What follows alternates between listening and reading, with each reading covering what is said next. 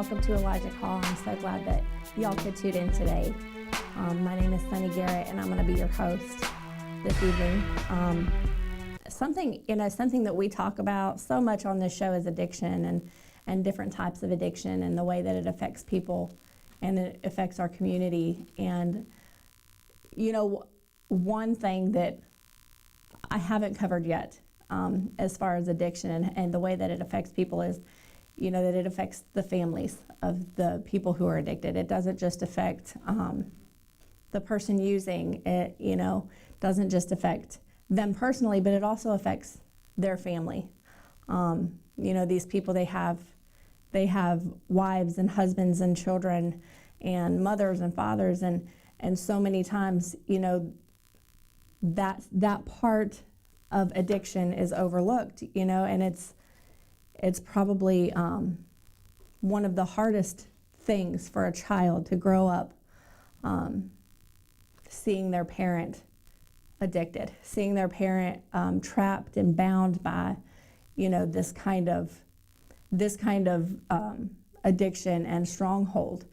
So today I'm so excited to have my friend Destiny here with me, and she's going to tell us a little bit about her story and how she grew up knowing addiction from the viewpoint of a daughter.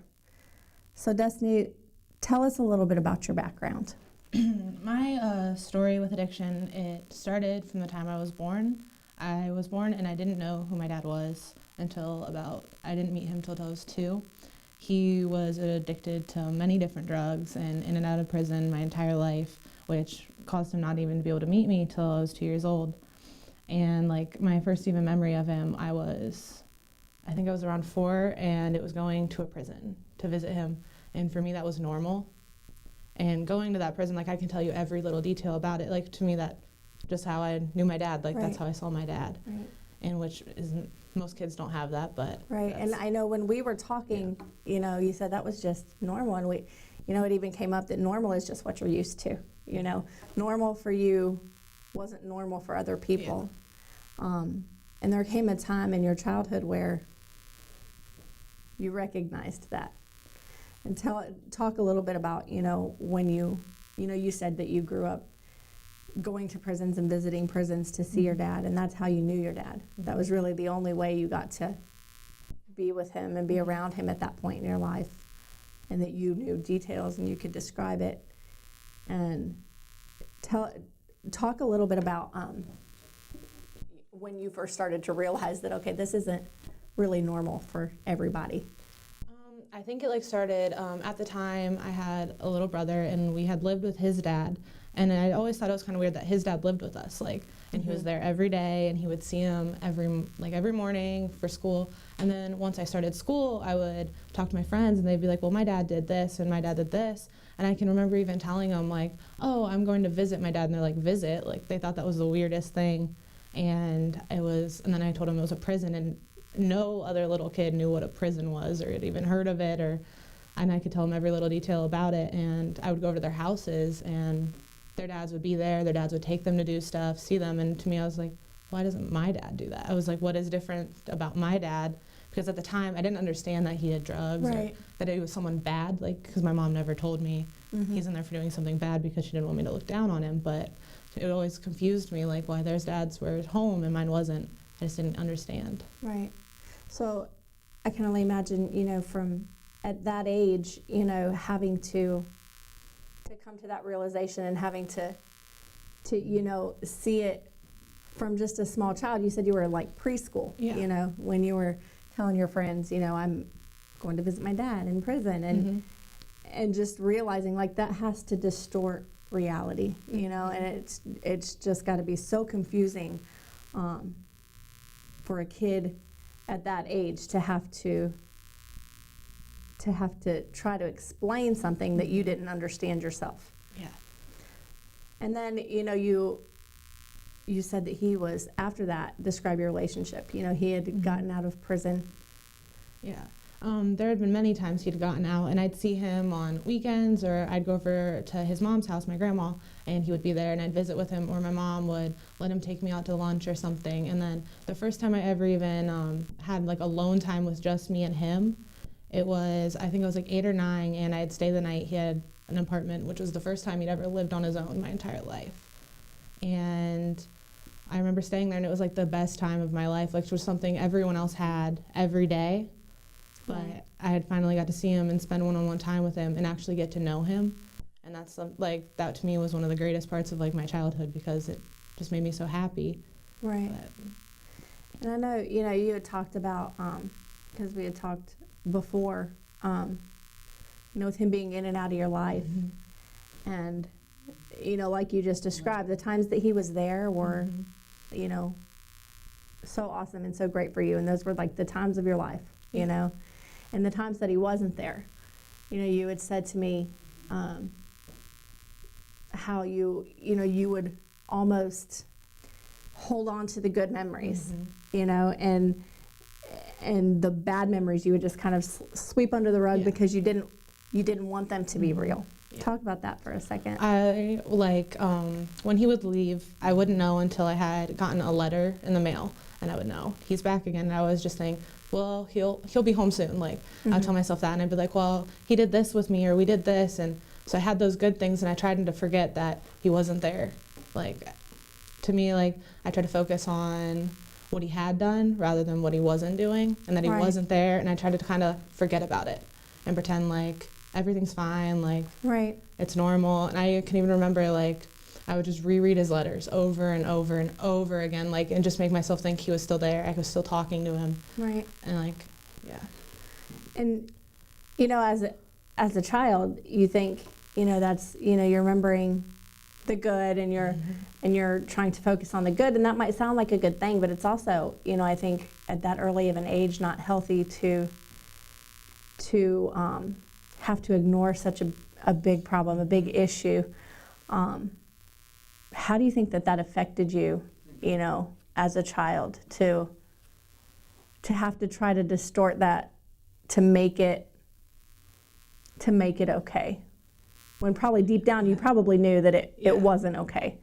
Oh yeah, deep down I always thought, like, why me? Why wasn't I good enough? Or why wasn't I more important? But I was trying to cover that because I didn't want anyone to think something was wrong with me. And I remember going to school, like, I never wanted anyone to think I was weird, or that, I was different, because I didn't have a dad. So I would cover it up and say, like, I can even remember I would make up stories sometimes saying I did this with my dad, or we did this, or we did this. In reality, I hadn't seen him in a year.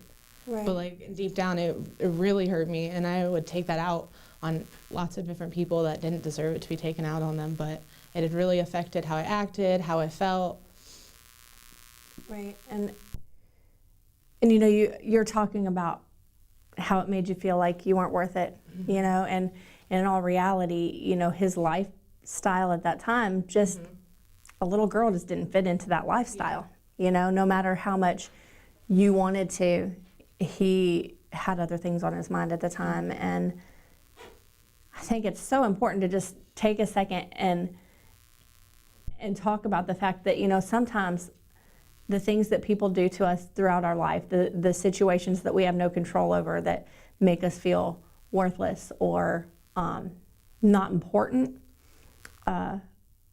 it doesn't change your worth. It doesn't change who God created you to be, and it doesn't change the way that he sees you. And God always sees us as worth it. He loves us, and I think that's probably something that you didn't, Destiny, discover until later. Mm-hmm. But as children especially, we're so susceptible, and kids are so susceptible to the aftermath of these kinds of situations, and just the effects that it has on a kid. It doesn't just affect them when they're a kid, and it doesn't even just affect them. And you had talked a little bit about, you took it out on people around you mm-hmm. that didn't even deserve it.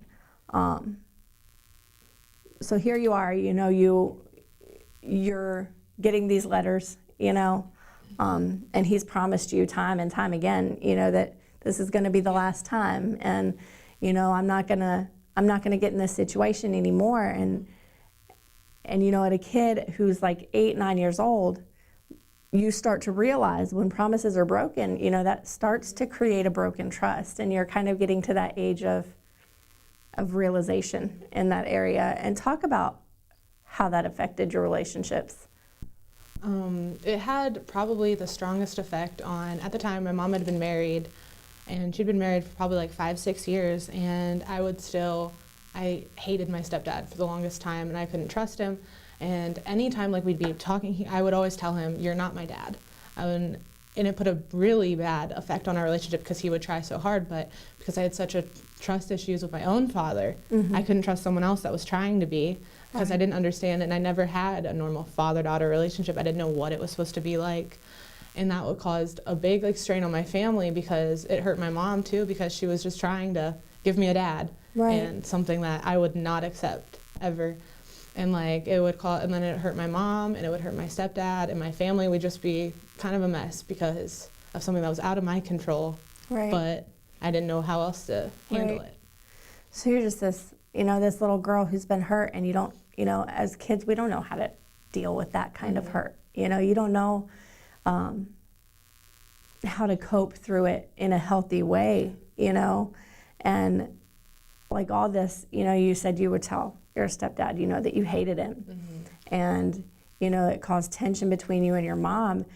And I mean, I think it's safe to say that in all reality, that was walls going up because you were feeling vulnerable, and maybe you didn't know how to say that at the time. Look, I'm feeling vulnerable, I'm feeling hurt, and I don't like it, I don't want to get hurt again. But a little girl doesn't know how to say that, so you throw up these walls, and they're not easy to break down. And you just kind of went through your life like this, and then things started to kind of feel like maybe they were getting a little better. Around, it was like 10, 11, I can remember that was probably the longest period of time I'd ever seen my dad. He was out for months at a time, and I remember I spent Thanksgiving with him, I spent Christmas with him, and that was my 11th birthday, was the first birthday I'd ever spent with my dad. He'd ever been home, ever been out. He would come over weeknights and help me with homework, which is something so simple that everyone had, but I'd never had that before, and I was like on a high, because it would just made me so happy finally having him home, and I got to see him. And I even remember his birthday. I never even knew when his birthday was until that point, and I had spent his birthday with him, and it literally made me so happy. But I can remember we went from talking every day, seeing him multiple times a week, to one day it just stopped. And I knew, deep down, I knew why. And then I can remember it was weeks later, I had gotten a letter in the mail, and at that point I realized nothing's gonna change. It hasn't changed yet. And I remember he wrote in there that this is the last time, and I'd heard that hundreds of times before.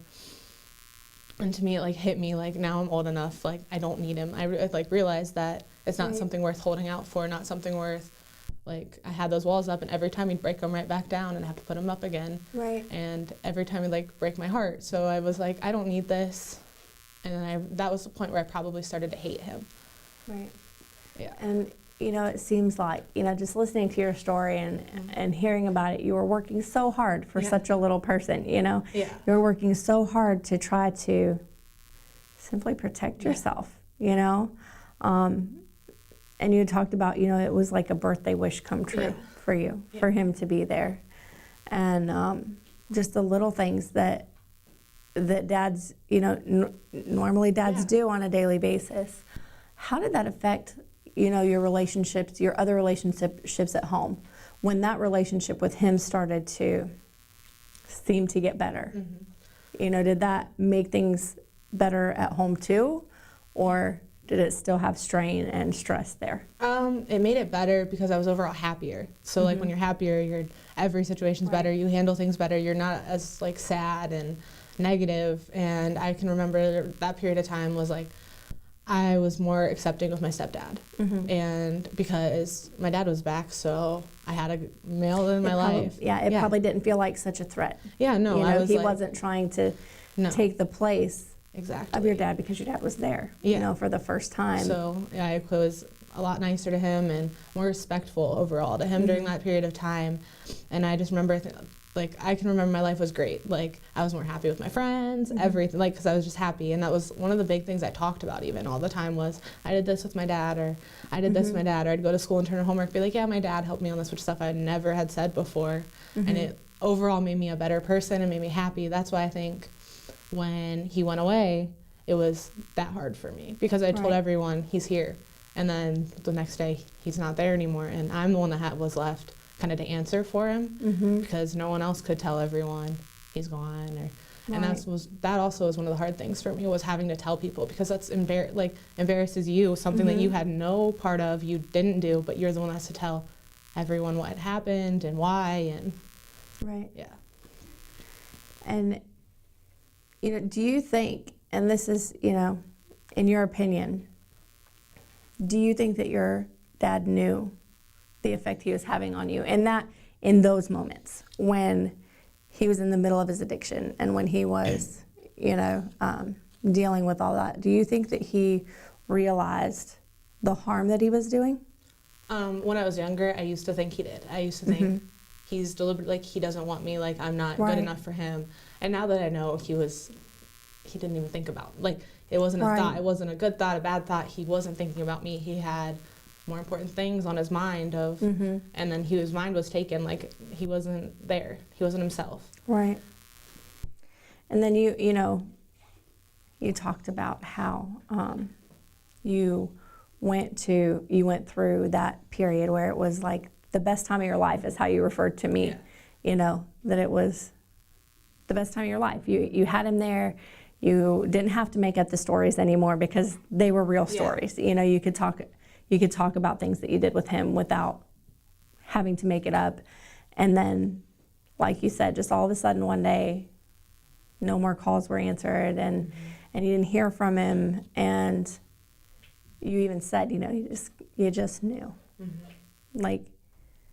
How did that shift, with your other relationships and with just your life in general, and probably it affect you at school, and how did that shift? After he had left, I had really isolated myself, kind of pushed everyone away, because I was I can't trust anybody. No one's there for me. Even that put a big strain on my mom's relationship and I, because she would talk to me and be like, Destiny, it's okay, you still have me, and I'd be like, I don't have anyone, no one's permanent. I was he told me the same thing. And I was and it just really I hated everyone, and I started to hate myself, because I would beat myself up and think I always thought it was my fault, which is something, it's not my fault. I wasn't the one that had anything to do with it, but it just hurt me so bad that and then I would hurt other people by pushing me away and pushing them away. Right, and I think that's human nature to, first of all, blame yourself. Yeah. Because you loved your dad. You wanted this relationship with him. You didn't want to put the blame all on him, and it's human nature to say, okay, it must be me. I must be the one who, is doing something wrong here in this relationship, right? And even though, you can look back now and know that that's not the truth. At that point in time in your life, that was the easiest thing to do. And then when you start to have all those feelings bottled up inside yourself, it's so easy, and it's, again, human nature to take it out on the people around you, and because especially at that age when you don't know what to do with all those feelings, and you don't know how to react and how to cope with them in a healthy manner, you start to lash out, and you start to, like you said, isolate yourself, and broken trust with one person turned into I don't trust anybody. And at that point in time, you probably wouldn't even have thought about a relationship with God the Father, because, there's no trust. Your trust has been broken. You have kind of lost faith. And then talk about something happened when you were 13 years old, and you had already quit believing that things were going to change, and then you found something out in the worst way possible for a 13-year-old girl to find something out. When I was around 11, once he went to jail, I had gotten a couple letters, but at that point I had decided to quit responding. So he quit talking to me. So I had no contact with him for at least a year. And then I remember I was at my grandma's house and I saw a copy of the newspaper and he was on the front page for selling. And he had just gotten arrested, and no one wants to look at that, and let alone see someone you know, but let alone know that's my dad. Right. Like, seeing that was like, wow, to me. Like, knowing he was out and that he hadn't really tried to see me, that was a big thing to me too. But I was like, Right. he chose selling drugs over choosing his family, over his daughter. To me, when I saw that, I was like, I should have been more important. And it really hurt me when I saw that. Right. So you're, left with this void. Like, like you said, he didn't even bother to let you know that he was out. Yeah. He didn't try to come see you. And, on top of that, he's doing all these other things that he had already promised you he was done with, So that was, I'm sure, such a hard blow. And then around 15 years old, something happened and you decided to friend him on Facebook. Yeah. Or be friends with him on Facebook. Yeah, he had sent me a friend request and I added him and I was like, it's not going to hurt. Right. And then I would just see things he'd post and stuff like that. And he seemed to be doing really well, right? Yeah. He had been out, now he's been out, I think 3 years maybe, clean, and he had gotten married and he was taking care of her kids, which was something that was big for me because he had stepped up to another family. Right. But he had me, and then I have another sister that he had never been been there and never taken care of us, never could have. Never could have had us, raised us. And it was, to me, it was like, wow, he's actually out. This is for good this time. And it probably rose up in you some jealousy. Yeah. Oh, yeah. Because, you're out, you're doing well, and you didn't even bother to let me know, but you're raising someone else's family, and that's, again, I'm not worth it. Yeah, exactly. That's what I felt. I was like, why are her kids more important than I was? Why couldn't you have done this for me years ago? And why all of a sudden is being clean a very important thing to you? And why is having all these things important when I was a little girl and all I wanted was you? Was my one priority I never got. Right. So, and then, you had kind of maybe not had a perfect relationship at this point with your stepdad, but it had gotten a lot better. Yeah. Oh, yeah. And tell us about the Father's Day post that you had posted and what happened there. I had made a post on Facebook about my stepdad because my stepdad, pretty much since I was in kindergarten, had raised me, basically. He had taken care of me. He paid for everything for me, which is a pretty big deal. Made sure I never went hungry. I always had a roof over my head, all that kind of stuff. So I made a Father's Day post for him because in my eyes, he deserved it. He deserved more than that. Right. And I had made that, and then my biological father saw that. And he had commented and was pretty mean and nasty about it, telling me how I was very disrespectful towards him and how I should not call someone else my father or thank them for that, which to me hurt because I was like, he was there when you weren't. You were never there for me, and he was, even when I pushed him away. Right. He still stayed. Right, and you were there with another family. Yeah. But I'm not allowed to have feelings for, Yeah, exactly. Which I'm sure his wife's kids, I'm sure they told him Happy Father's Day. Right. So it's the same kind of situation. Right. And then when you were 17, your grandpa died. Yeah. It was my mom's father, and he had actually left her when she was a child, and she didn't really grow up knowing him. Occasional visits, kind of the same thing for me, except for he wasn't really addicted, so it was a little different situation. But when he passed away, my mom had a lot of hurt for the childhood not met, but in my mom's adult life, she made contact with him, made a relationship with him, and they were pretty close. So it had a huge impact and she even told me, she said, Destiny, she said, if I would have never reached out to him as an adult, she said, I wouldn't know any of the good things about him. She said, I would have never had this relationship. She's like, I love my dad, and I can tell you all kinds of stuff about that. She said, you don't have that now. Right. Which is something I had to really think about and talk to myself about and say, okay, maybe it's time for me to be the bigger person. Right. Yeah. And so, after that happened and you still had this fear of being vulnerable Yeah. to him, but there was a message at church that led to a couple weeks span of how God dealt with you. Talk about that. Pastor had preached a message about addiction and how it affects people, and he was talking about addicts and like how we should love them and all this stuff. And I remember like first we started preaching about it, all I could see was my dad. I couldn't see half the people up there. Was my dad came to mind, which is how God works. He puts those on your heart. And then I remember thinking like, wow, look at all these people, like they're doing so great, like they've overcame addiction, like we should love them. And then like God kind of told me, he said, well, Destiny, like you don't even love your own dad right now, and you don't forgive him. How can you forgive all these other people? And that really like hit me hard. And I remember I was praying like every day about this. And then as I was praying, I would see like he's doing even better. Like I would see things on Facebook, or my grandma would tell me something like he'd get a house, or he got a good new job, or he got a car. And it like was like, okay, like I was really realizing, okay, God is really trying to show me like if I can forgive these people, I can forgive him. And it was like a big deal for me because it was something I never wanted to forgive him. I wanted to hate him the rest of my life. And so God took, a couple of weeks and he really dealt with you. And he really, started to show you forgiveness through his eyes and how it is possible even when you've been hurt, because in all reality, we hurt him. We hurt God, and he forgives us, and he loves us unconditionally. And so you finally got to a point, and the way you said it to me was that you woke up one day and you didn't hate him anymore. It really woke up, and I remember I didn't feel hurt, as much hurt as I had felt before. Hadn't felt as sad, and I felt like I was okay with him. Like it wasn't like a burden to me. Like seeing him wasn't like I needed to run and hide. And it opened my eyes a lot, and it had caused me, I actually reached out to him. I had messaged him and said, like, I just want to let you know I forgive you. I don't really want a relationship right now. I'm not ready for that yet, but I do forgive you. Like, I understand now. Right.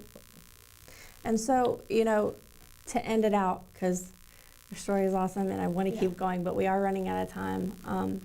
To end it out, you had talked about, God as a father was hard for you to see that, but, ultimately he showed you through this situation, how he can be a father to you. And you had a verse, and, I'd asked you what kind of advice you would give people who are watching who maybe have gone through the same situation, and you're having this same dilemma now and you're still hurting from it. What verse would you leave them with? The verse that really spoke out to me was Psalm 68:5, which is, God is a father to the fatherless, which if I could have known that verse probably growing up and realized I have a father, like just because he's not here, God's always there. Would have been a big thing for me. And if I would have known that, and like now I know that, and I remind myself of that like on occasion, like whenever I get sad, because sometimes it still hits me on Father's Day and stuff like that, and I have to think, I have God. So it's so awesome how you can go from being, having all these walls up, and then God just dealing with you to the point where finally you can forgive. And, I think that's what this Destiny story is about, is learning to forgive and learning, that it, even if you had nothing to do with the situation, there's forgiveness through Christ. And there's hope for every addict, for every addict's family. And I hope that this story has touched someone tonight. I hope that, if you're watching and you've gone through this, that you've, been touched by her story. And I just want to thank you for tuning in tonight, and join us again Sunday nights, 10 p.m. right here on MCTV.